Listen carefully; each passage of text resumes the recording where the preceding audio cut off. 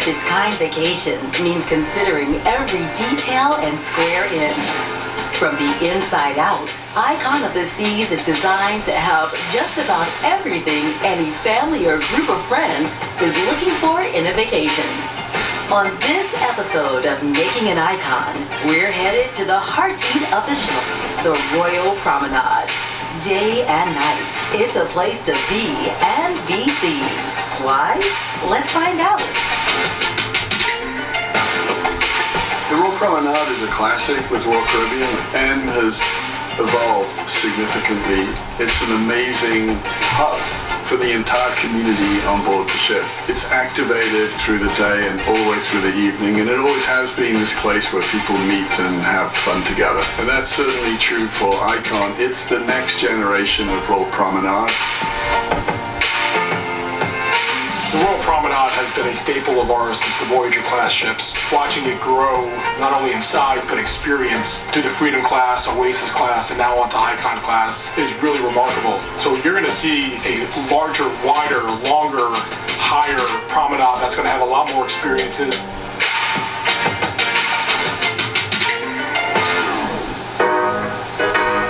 The Royal Promenade is where the world's best vacation begins.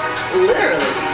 It's where everyone will take their first step onto Icon, and it's made to make the best first impression. We've always spoken about the need to honor tradition, to evolve much of the experiences, and to be innovative and revolutionary. When you look at Icon, all of our loyalists who love all of the traditional elements of Royal Promenade will find that. Also a lot of innovation.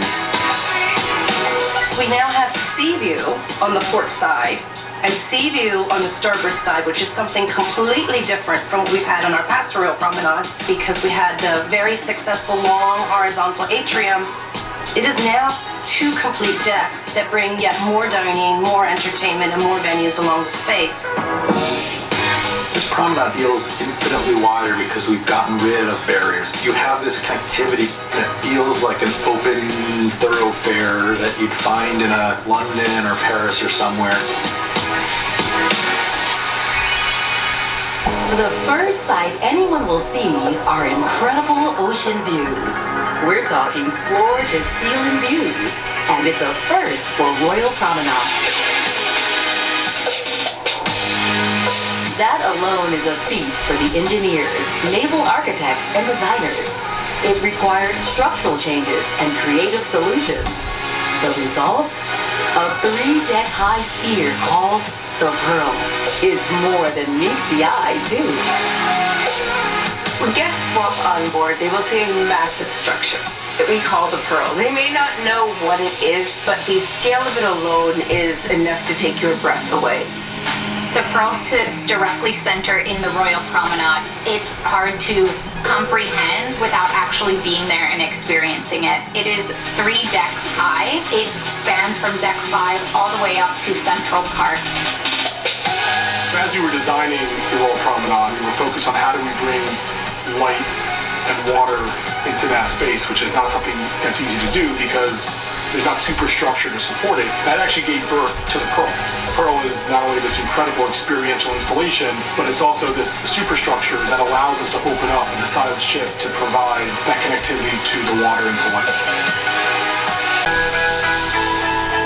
The Pearl is the most quintessential example of form meets function on Icon. We knew we wanted ocean views, and this large structure within the center line of the ship is what allowed us to do that. Then, once we figured that out, we started to have fun with it. We started to think, what's that first impression moment going to be on the ship? What do we want people to think when they see it? So the Pearl has been an evolution. It's a multi-sensory experience. You're going to have thousands of panels that are moving around. That combined with light will bring in different inspirations, different sounds and music that will really feel like you're immersed in different experiences and themes through the course of the day. I think everybody's going to interact and experience the Pearl in their own way. It's beautiful, it's artistic, it's incredibly creative. There is nothing else like it on the planet. What makes this neighborhood a hot spot day and night? there are 15 restaurants, bars, and lounges, including Royal Caribbean's first dueling piano spot, new bars, karaoke, and more. Even the favorites have new twists. Icon of the Seas really brings more experiences together in one place, and we're introducing some new and exciting venues. The number of the hull on every ship is unique to that ship. On Icon of the Seas, that number was 1,400. And so the 1,400 lobby bar is our tribute to all of those hardworking folks who built this amazing and iconic ship. We really feel like that'll be the meeting space of the ship. So it'll be open from 10 o'clock in the morning to past midnight. During the day, we're leaning very much into tropical juice-based drinks. And then as we get into evening hours where people are getting more kind of in the pre-dinner drinks or after-dinner drinks, you'll see a section of the menu that's very much kind of pre-prohibition cocktails, a little more focused on old fashions, Manhattan.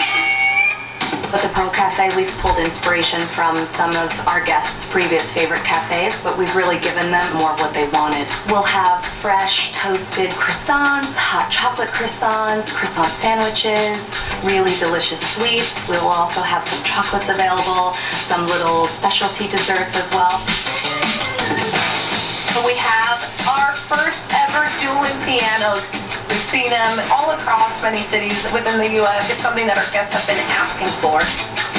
Giovanni's Italian Kitchen and Wine Bar in the Promenade allows this connection to be action. A lot of our specialty restaurants are traditionally in quieter areas of the ship, and here, Giovanni's Italian Kitchen and Wine Bar, which is a high-energy wine bar and dining experience, allows the guests to be in the middle of the action in the Royal Promenade. It is perched right over Deck 5 from the Deck 6 mezzanine, and so you've got an amazing wine bar with gorgeous views, and then you've got kind of the intimate seating recessed back. Sorrento's is a guest favorite, and our guests have an opportunity to enjoy that on Icon of the Seas. Our Sorrento's will offer antipasti that will be available for our guests as well on a rotational basis. Also, beer on draft. Who doesn't love to have a beer with their pizza? Spotlight Karaoke will be back with the best stage we've ever created, with a bar, with private rooms. It'll be amongst quite a few other different kind of musical venues that are surrounding it. And this was very intentional to create this downtown notion within Royal Promenade. With Point and Feather, our English pub, we have opened up that facade and we've pulled the bar into the center space of the neighborhood, really bringing the energy into the space. Boleros and Schooner Bar make a return. Both of those facades are open to make sure that the energy and the music can spill out into the neighborhood and really activate the aft part of Royal Promenade. At just about any point of the day, between coffee, lunch, dinner, and a nightcap, there's a variety of experiences to choose from. Think ice skating shows, or ice skating with family, laser tag, and full-scale theater productions. We always up the ante, so everything about Absolute Zero is bigger and better than anything we've done before. It's a bigger ice sheet. It's also a different shape. We now have a glorious oval shape. We have purposefully built two entrances that are hidden from the audience but allow our skaters to come on at high speed so they can get straight into the tricks. It's going to be action from the moment they enter the arena, so the show will take on a new level of dynamics. We have ice skating in Absolute Zero for families, for kids, and then we also have laser tag. It's for everyone. Now, Royal Theatre, over the years, we've been developing technology, and it's all been by adding on with the white paper approach to Icon of the Seas. All of these technologies and all of these developments we've made in automation and video, lighting, smoke, haze, it's all integrated now, which will help with the storytelling. Icon is the vacation where grown-ups and kids can make memories together and on their own adventures. That's why near the center of the action, there are places just for kids and teens to go and do their thing.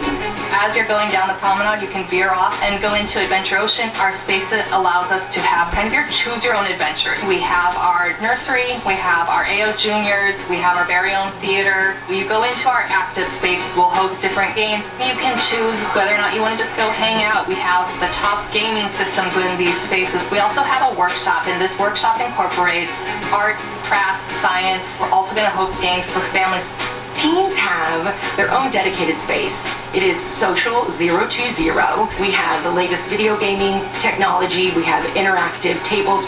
There's a movie viewing room, so really this chill area dedicated solely to hanging out with your new friends. Talk about the best first impression. Between sprawling ocean views, spots of all kinds for a night or day out on the town, and places for the younger ones of the group, the Royal Promenade is always a vibe. There's many elements of the Royal Promenade that are familiar to our guests, of course, because we want to make sure that we respect the tradition, but we evolve many of the concepts. And of course, you can go there for dinner, you can go there for lunch, you can go there to chill, you can go there to be thrilled. So it really is a space that, like many of the neighborhoods on Icon, are able to entertain at different times of the day in different ways. What's next in the journey to bring Royal Caribbean's Icon of the Seas to life? Stay tuned for the next episode of Making an Icon.